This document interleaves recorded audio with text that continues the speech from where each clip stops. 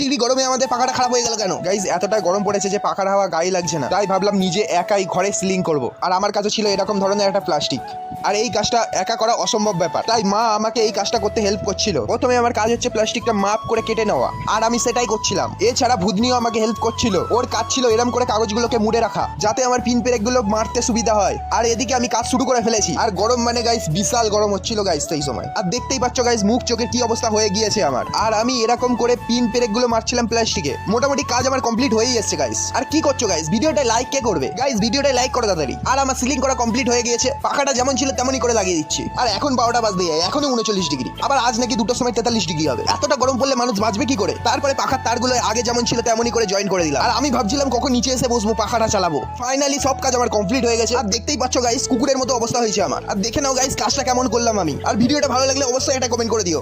আর এই গরমে আমার ঘুম পেয়ে গেছে, আজকের মতো টাটা গাইস।